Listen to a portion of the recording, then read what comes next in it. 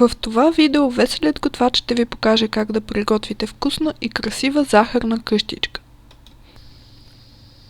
За това ще са ни необходими 170 грама масло, чаша и половина кафява захар, 2 яйца, 1 чаша мед, 5-6 чаши брашно, портокалова кора и подправки като канела и карамфил. Първо разбиваме мекото масло с кафявата захар до пухкав крем.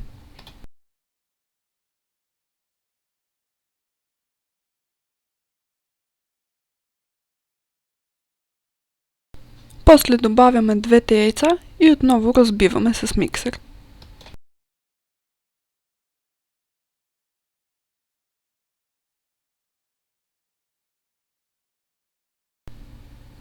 Добавяме една лъжица вода и една чаша мед.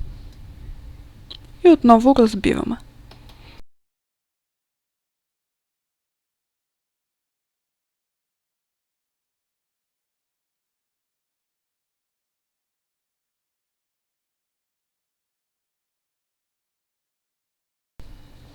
Добавяме настърганата портокалова кора, карамфилът и канелата и ги разбъркваме хубаво в тестото.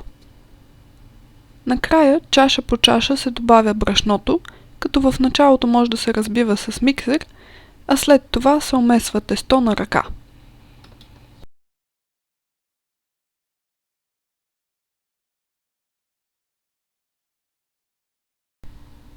Готовото тесто се слага в найлонов плик, завива се добре и се слага в хладилник, където трябва да престои повече от 2 часа и по-малко от 3 дни.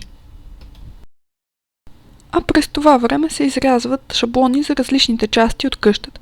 Трябват ни 2 странични стени, предна и задна стена, 2 части за покрива и по желание могат да се изрежат крило за прозорците, за вратата и за комина. След като се извади от хладилника, готовото тесто трябва да престои на стайна температура около 10 минути, за да се отпусне. Откъсват се парчета от тестото и се разточват върху готварска хартия на кора с дебелина около половин сантиметър.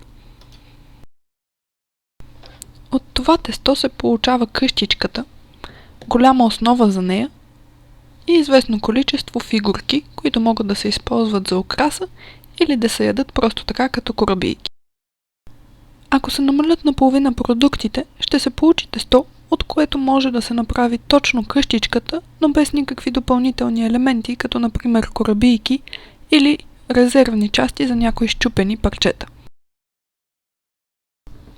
Прилагаме шаблонът и с остър нож внимателно изрязваме необходимите фигурки от тестото.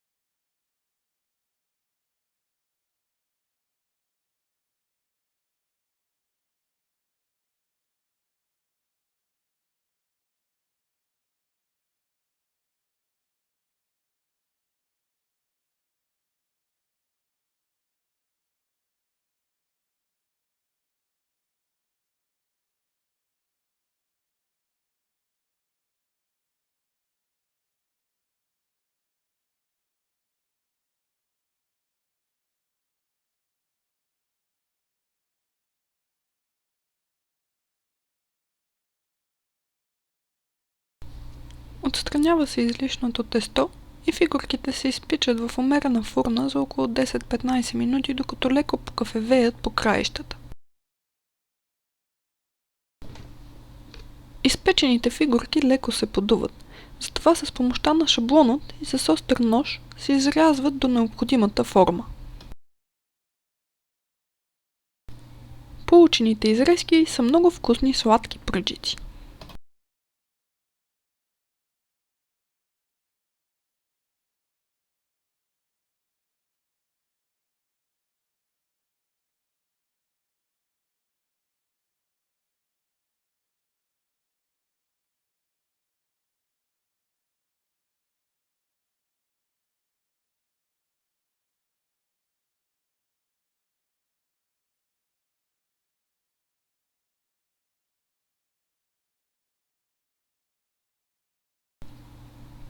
Изпича се и една голяма кора за основата.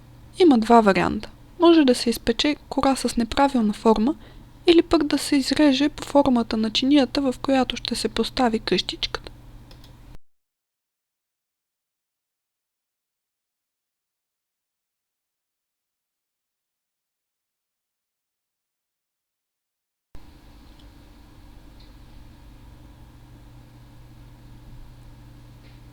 За слепващо вещество ще използваме глазура от един белтък, разбит с чаша и половина пудра захар и няколко капки лимонов сок на пухкав крем.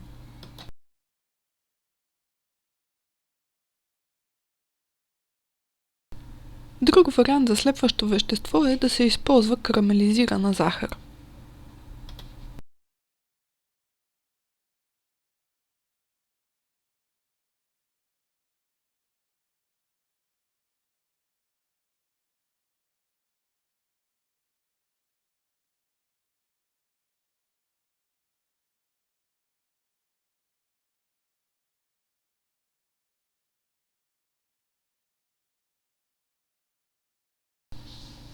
За най-удобно глазурата се слага в сладкарски шприц. Разбира се, за нанасянето й може да се използват и лъжичка или четка, или каквото имате под ръка и ви е удобно.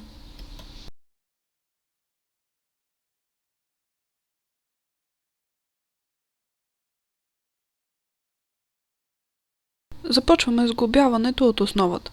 Нанасяме малко от слепващото вещество по страните и ги залепваме внимателно.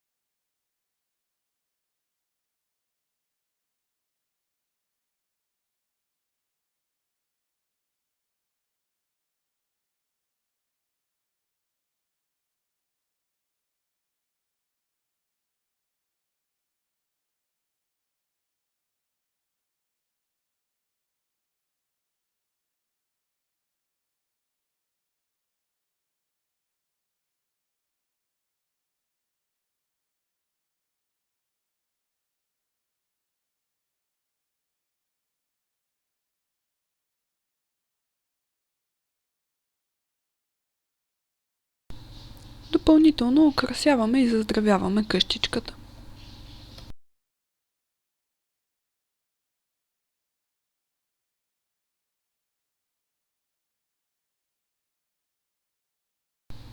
За покрива нанасяме малко повече от глазурата. Но не се притеснявайте. Когато тази глазура изсъхне, става много здрава и няма опасност вашата къщичка да се разпадне.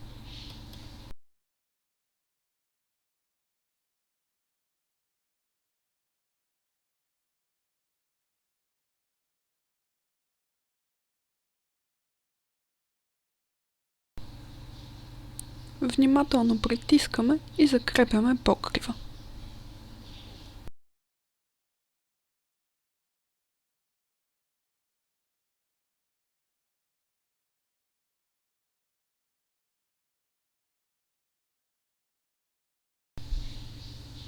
Глазурата е много успешна не само за слепване на къщичката, но също така е красива и става чудесна украса.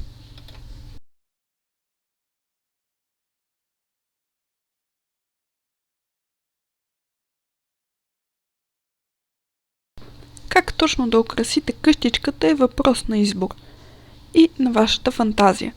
Може да използвате шарени пръчици, вафли, бисквити, различни видове бомбони, които можете да залепите за къщичката с глазурата.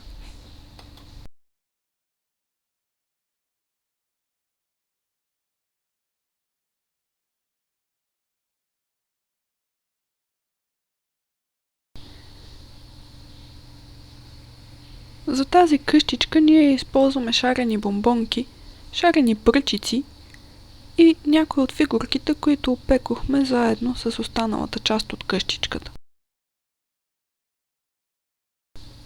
Тази къщичка е чудесна изненада за празниците. И тъй като е зима, Накрая, разбира се, я поръсваме с сняг. Или в нашия случай с пудра захар. Веселият готвач ви пожелава весели празници и до нови срещи!